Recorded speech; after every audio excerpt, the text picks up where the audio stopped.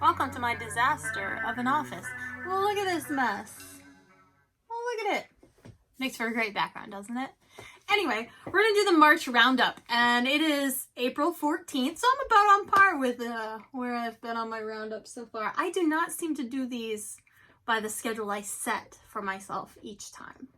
It's always like 2 weeks behind, because I originally had this on my calendar to record this Roundup on April 2nd. So I suck at this. But anyway, it's April 14th. We're going to talk about what I knit, which is not much. What I read, which is actually a lot more. And a couple of things that I've been cooking and stuff.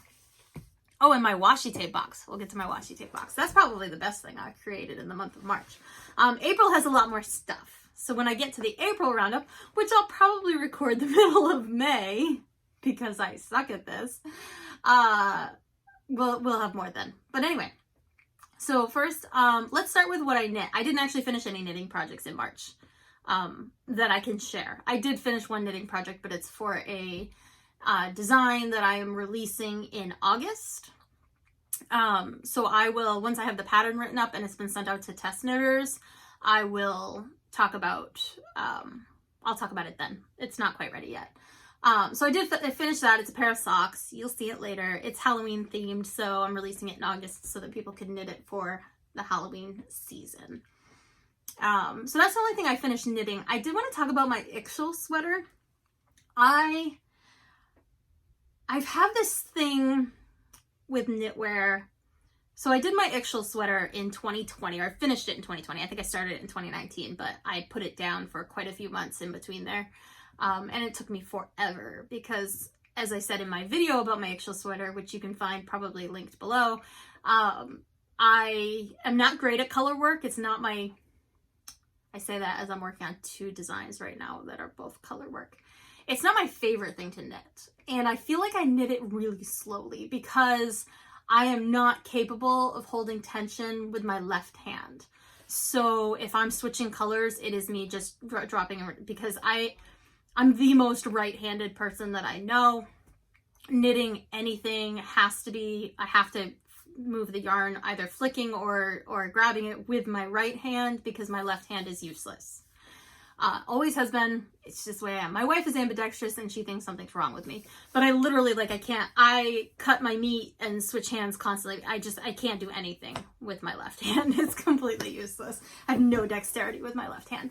But God, that really is just like a horribly messy background. Look at that. This is all stuff that's going up to my attic, and that over there is stuff that's moving down to the first floor. And a couple of those things are going into my wife's studio, which is next door. But anyway,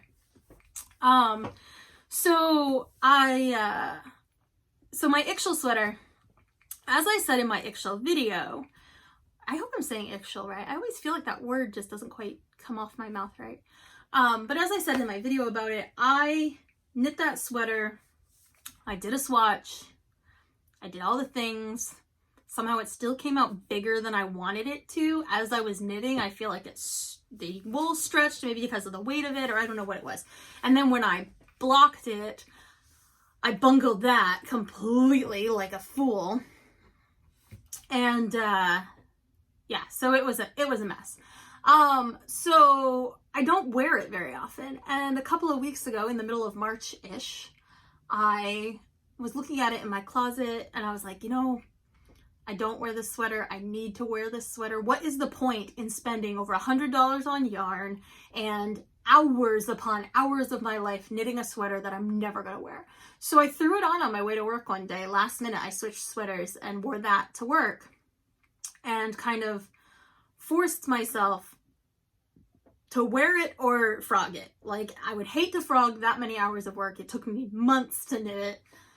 It's the only fingering weight sweater I've ever made for an adult. And I just can't see myself frogging it. I would. I'm not afraid to frog things. I have frogged months upon months of work before, but I don't really want to do it again. So I put it on and I wore it.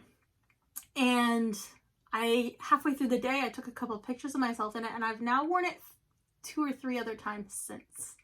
I think my initial distress over the fact that it had come out so much bigger than I expected it to had created this kind of idea in my head that this sweater was wrong or it was bad and I needed a different sweater. I was just so mad at myself about it, I think, about like blocking it the way I did it. I was just mad at myself. But now that I've worn it a few times, I actually find myself wearing it more often. The only thing holding me back from wearing it right now is my puppy's fingernails. I'm so afraid of her pulling a thread on it because there's so many threads going on in that sweater. But anyway, so I am wearing my Ixchel sweater again. I'm really happy with it now that I've worn it a few times outside of my own self-hatred about the situation. So that's my Ixchel sweater. That's the only knitting related thing I had to talk about today. But I do want to talk about the books I read and my washi tape box. So in the month of March, I DNF'd a book. I DNF'd Discovery of Witches.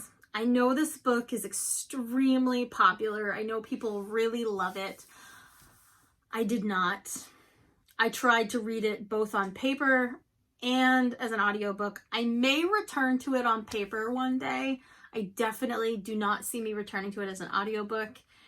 It was not holding my attention at all. And when I did kind of tune back into what I was listening to, I was like, why do we have a vampire and a witch at a coffee shop? And then they were in a laundry. I don't know what was going on. I was completely lost, which is my own fault. So then I switched to the paper version, and I think I'm tired of the tropiness of it. I'm tired of witches who are denying their own power, then dating vampires. I don't know. It just felt like I've read this before. Nothing about it felt new to me anymore. Which I don't even know. Maybe it came first. I don't know. But at this point, I'm tired of that storyline. So I really wanted to read it because I wanted to watch the TV show, and I didn't want to watch the TV show without having read it. But I ended up DNFing it, so I don't know if I'll watch the TV show or not. Maybe. Tell me if you love Discovery of Witches, tell me why I should give it another chance. Because maybe I should. Maybe I was hasty. I don't know. So I read that, or I started to read that. I DNF'd that. I read Doctor Who and the Pirates, which was weird. I got a call from my friend over at the Head on Fire podcast just now, wanting to talk about Encanto. So I don't know where I was. I think I was just about to talk about Doctor Who and the Pirates. I don't know how to feel about this audiobook. So, Doctor Who and the Pirates. Let me look at the Goodreads, summary of this one. I read a lot of these Doctor Who novels. I put a lot of them, I do a lot of them on audiobooks, just for fun, because, whatever, I love Doctor Who, right? So, this one is Colin Baker. He's one of the, he reads some of it, and it's him and his companion, the Doctor's companion, and pirates, and and it's a musical, which is where they lost me. You'd think Doctor Who musical, I'd be all over that, right? I love musicals. I love Doctor Who. But you don't introduce the fact that the novel is a musical halfway through the book, which is kind of what happens here. They sing a little sea shanty at one point near the beginning that kind of sounds like it's just a sea shanty because we got pirates and they do that. But then it keeps happening throughout the book. And I listen to the audiobooks a lot while I'm in the shower, and I was halfway through a shower and turned off my shower speaker because I was like, I just can't. I just can't. Doctor Who and the Pirates is freaking weird. So I guess I technically DNF'd that one, but I was real close to the end. I got I was maybe half an hour from the end of this audiobook when I ditched it. So that was Doctor Who and the Pirates. I don't know how to think about that one, how to feel about that one, or what to say about that one. Another one that I don't know how to express to the general public is I read Rhinoceros by Eugene Ionesco. I just realized I don't know how to say that name. It's a play. I read it as kind of research, so that one's a little bit different. Slow. I've talked about this in a few different videos. I read the book Slow, Simple Living for a Frantic World by Brooke McAlary. This is my second time reading this book. I read it a couple of years ago. And I think this book is amazing. I think it's really, it's a very comprehensive view of the concept of slow living. It really examines it, keeping things like privilege and economy and socioeconomic statuses in check, which is not something that I find necessarily in a lot of books about slow living. I think a lot of times slow living really approaches things from a place of privilege, where it can be easy for somebody who, I've talked about this before in a couple of other places, the videos, and I think on the podcast too, but it can be easy for somebody coming from a lower economic bracket to look at slow living as a privilege of the wealthy. And this book does a really good job of breaking down, looking at the concept of slow living and the concept of mindful living as something that is accessible to everyone. I think had I read this book in my early 20s, which I don't think it even existed then, but had I read this book in my early 20s, I think it would have been really helpful for my mental state through some of the things I experienced in my 20s and early 30s. Because of that, because it acknowledges like it can be hard to find time to slow down when you are working 3 jobs to pay the bills, right? She really breaks that down for you and really talks about it's not about slowing everything in your life down, but about taking a few moments here and there to slow down, to romanticize your life, if that's the way you want to look at it, to simply enjoy a cup of coffee and the value of doing that. So slow, simple living for a frantic world is really fantastic. I think if you are into things like Marie Kondo and that kind of idea of simplifying your life, I think this is a great place to go for that as kind of another exploration of that topic. So I read that. I read Mouse 2, which I read Mouse 1 in February. I read Mouse 2 in March, which is the conclusion to the story of Art Spiegelman's father's experience as a Jewish man during World War II. Again, I read that for the same reason I read the first one, because it's been banned by a lot of schools recently, and I felt like, as somebody who has a voice in the book banning process, I've written a few different articles that have been published on this topic. I wanted to be able to converse about it, so I read it. I'm going to save one book for last. I'm going to save Night of the Living Rez for last. So I'm going to skip to A Beautiful Day in the Neighborhood by Mr. Rogers, Fred Rogers. The audiobook, I did the audiobook while I was flying to and from my sister's wedding in March, which she got married out in Boise, so I flew out there. This book, I think every baby shower gift I ever give for the foreseeable future will include a copy of this book. I think it is beautiful. It's kind of like a collection of words of wisdom from Mr. Rogers on various topics. So, and of course, most of these topics relate to children because that's what Mr. Rogers did, right? Mr. Rogers and I very much share that idea of childhood is sacred. That is a sacred period of time in which everybody around a child should be doing everything they can to make that time safe, secure, precious.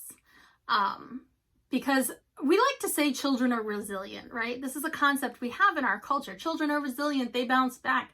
They can handle those stressors because they bounce back. They can't really, because for most of us, if you experience something traumatic in childhood, it resurfaces in your adult life, right? This is why all of us are in therapy. So if children were so resilient, we wouldn't all end up in therapy. There wouldn't be that phrase, that quote from, I don't remember who said it, Dickens or somebody, that quote of like, childhood is what we spend our adult lives getting over. As the world moves forward, as humanity evolves, I think that that is something we should be looking at. I think the happiest and most valuable cultures in our world recognize the preciousness and importance of children, recognize that children need to come first. I think my wife says all the time, when you lose sight of children, that's when you lose your society. That's when you lose your heart. That's when you lose your culture. I think it's all about keeping sight of children. And that's so much of what this book tells you and reinforces.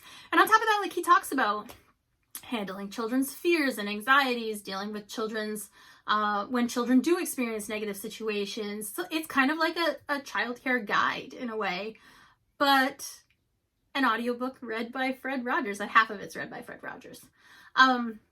Which was just great to have his voice in my ears while I was traveling. So yeah, Beautiful Day in the Neighborhood. I did that one as an audiobook. It's fantastic. Highly suggest it. The next one I read, or the one I finished just before that, was East of the Mountains by David Guterson. And I don't even know where to start with this book. David Guterson is a beautiful author. He writes it's very literary fiction. The premise of this book, sort of, I suppose, the plot of this book is that our main character, who we meet in the very first paragraph, who's telling us this story, is facing terminal cancer. He knows he's going to die. His name's Ben, I think. He knows he's going to die of terminal cancer. He is a doctor himself. He doesn't want to have a drawn-out death. He doesn't want to be a burden on his family, so he decides he's going to die on his own terms. He's going to take his 2 dogs. They're going to go out into the woods. He's going to do some hunting, some fishing, camping kind of stuff. And then at the end, he's going to release his dogs somewhere where, I don't remember exactly what his plan is to keep them safe, but he definitely loves his dogs. So he's going to do something with his dogs. And then he's going to end his life. So that's the basic premise. However, he leaves for this camping trip and immediately things start going wrong. He gets in a car accident to start with at the very beginning of the book. So I don't want to give you spoilers of like everything that goes wrong, but things start going wrong. And the entire book becomes him evaluating what matters in life, evaluating the experiences of life. I read this book immediately following Slow, the Simple Living book, and it felt like a continuation of that, in that it really breaks down these beautiful situations. It really examines things from multiple angles. Like I said, it's very literary fiction. It's very it's a deep thinker, and absolutely beautiful book. So if you can handle that subject matter of terminal cancer and suicide, if you can handle that subject matter, and the dogs, just as a trigger warning, if you can't handle animals in pain. I was not expecting that scene. That scene was heartbreaking. But if you can handle these kind of things, I think this book is absolutely beautiful. I own most of David Guterson's books. I've read about half of them. I'm still working my way through them. And I'd read anything he wrote because it's just gorgeous. But it is hard sometimes to read his stuff because he really looks at life without rose-colored glasses. He looks at reality. So yeah, East of the Mountains, absolutely loved it. I think the last one I finished in March was Night of the Living Rez. So this book doesn't come out until July, but it is available for pre-order. I got an advanced reader's copy of it. I loved this book. Morgan Talty is a Penobscot tribal member. I'm fighting with the stand today. Sorry. I don't know why it keeps cutting off. It keeps like sliding down. Something's not tight. Morgan Talty is a Penobscot tribal member, which the Penobscot Nation is their reservation is located about an hour or so east of where I live. He and I went to the same master's program, which is where I met him. And he's just supremely talented. This book is a collection of connected short stories, so it reads like a novel. It technically, I think, is 12 separate stories, but it reads like a novel about his main character who is growing up on that reservation, or on a similar reservation. I don't think they identify it necessarily as that reservation in the book. I can't remember if they identify it specifically as the Penobscot reservation, but he's definitely a Penobscot child growing up on that reservation, or growing up on a reservation, and dealing with what comes of a reservation with honesty. Morgan is not sugarcoating reservation life. he is showing you both the beauty of tribes, of that tribe, the beauty of Native American experience, and the horrors of it. And it's amazing. It's such a good book. I think this book will absolutely catapult his career when it comes out in July. I think it's going to be a game changer for the literary world. I absolutely do. It's beautiful. Absolutely beautiful book. I don't have my reading journal up here. I feel like I wrote something really like poignant in my reading journal specifically about this book. But what I wrote on my Goodreads review is this is one of those books that feels less like reading and more like unfolding something intricate. It's like taking this story and slowly unfolding different parts of it and learning more and more about the main character David, more about his life. Things are hinted at in the beginning that you don't actually find out the exact details of them until the very end of the book, and it's honestly beautifully done. It's engaging. I couldn't put it down. I read it in just a few days, just couldn't put it down. Beautiful book. So that's The Night of the Living Res by Morgan Talty. Definitely suggest that. So, cooking. We switched to the cooking topic. I talked last time about my sourdough starter. I did sourdough herb crackers a couple of weeks into March. I honestly haven't done a lot with my sourdough starter the last few days. I'm hoping to start a loaf of bread today, which I probably won't have time to bake off until tomorrow. But I haven't done as much, or won't be able to bake off until tomorrow, but I haven't done as much with my sourdough as I wanted to the last couple of weeks. But in March, I did do sourdough herb crackers, and they were addicting, and I want to eat them every day. So there's that. I picked up some everything bagel seasoning because I want to do some everything flavored crackers next, I think. And then the last thing I want to show you for my March roundup of everything I did creative in March is my washi tape box. I did a video of this on TikTok when I first made it, but I want to share it with you as well. I got really frustrated because I was trying to set out washi tapes for April, which if you haven't seen my washi tape or my bullet journal video for the month of April, I'm doing specifically Van Gogh's sunflowers as a theme. So all of my spreads in the month of April have to do with Van Gogh's sunflowers. I quickly realized that none of my washi tapes have anything to do with Van Gogh's sunflowers. So that, whatever. But I got really frustrated with my washi tapes because I couldn't find the one I wanted in the big box of washi tapes. So I made myself a washi tape holder. And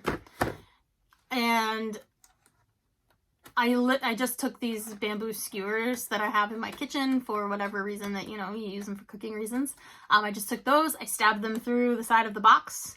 I think this box actually is the one that I got my wallet in when my wallet was a gift that was given to me by somebody. And I think this is the box it was in, and I've just had this box lying around forever. And I've just stuck washi tapes in it forever ago. And I made myself a washi tape holder. So I know that they sell washi tape holders like that, but as we know, I am all about trying to find ways to reuse materials, and this seemed like a far more eco-conscious use of a box than going out and buying a plastic washi tape container. So I'm actually like ridiculously proud of my washi tape box. It's like such a silly thing, but I'm so proud of how it came out because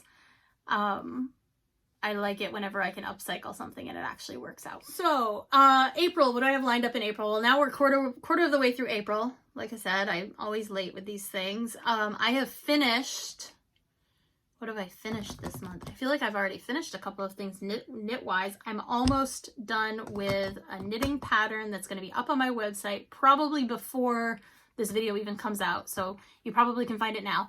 At www.stitchandwitch.com, I've created a new knitting pattern for the Jughead Hat. As you know from past videos, I have done the Jughead Hat from Dominatrix multiple times. It's a good pattern, but I struggled with the gauge in it and discovered in talking to some other knitters that I'm not the only one. So I really wanted to find a different way to do the Jughead Hat. I have a video that will be up probably shortly after this one. It should be next in line after this one. So when you watch this video, give it a week and the video will be up on how to do the Jughead Hat, but the pattern should be up now on Ravelry and on my website. It'll be up on Etsy at the end of the Etsy strike. Etsy's on strike this week, or a lot of people from Etsy are on strike this week. My shop is one of those. I'll be on strike until the 18th. So the pattern won't be on Etsy until the end of the strike, and this video should hopefully be up before the end of the strike if I do my job right. But the pattern will be on my website and on Ravelry by then. So it's a Jughead hat. I will have a whole lot of videos or photos and stuff about it going up on my Instagram as soon as I finish the how-to video, because I'm using kind of a weird technique around the brim of the hat, and I wanted to show it in a video. It will be a free pattern. I don't plan to sell it for 2 reasons. One, I think we all need a Jughead hat, and I think everybody should have access to the pattern. That's my biggest reason. 2, I don't want to deal with copyright issues, and the Jughead hat is not mine. It probably belongs to Archie Comics. I didn't want to even mess with that. And then on top of that, I would really like it if a lot of my, and right now it does, I really like it when my patterns are supported by other income streams like Patreon. So if you do download my Jughead hat and you love it, join us over on Patreon. If you watch this video and you love it, join me over on Patreon. The Patreon subscriptions go as low as $1 because I don't want to leave anybody out. I'm actually working on changing it a little bit on what the benefits are, and I'm kind of undecided on that at the moment. I've done another video before talking about this. I have mixed feelings about. It's really hard to be an artist who is anti-capitalist in a capitalist society, and I'm struggling with that. But anyway, join me over on Patreon anyway, because regardless, I still have to pay for website fees and cover my time and energy put into creating things. So the Jughead hat's free. Like I said, it's a free download up on my website, along with a couple of other patterns that I have posted on my website, www.stitchandwitch.com. I would love to see your hats. And like I said, there'll be a video up next week showing the actual how-to of making the Jughead hat and walking you through all the steps, because I don't want anybody to be confused by my written directions. And they are it's a weird pattern. I'm trying something a little new here that I haven't really seen anybody else do. So there's that. Anyway, I think that's everything I have for the March roundup. I would love to hear what other people are reading. I have been reading a lot already in April. I've gotten through quite a few books, and I am eager to talk about them in my next roundup. I guess that's it. Have a great day. Join me over on Instagram. Like and subscribe and comment and all that stuff that makes it so that this shows up in people's feeds so that we can, talk more. And go make something fun.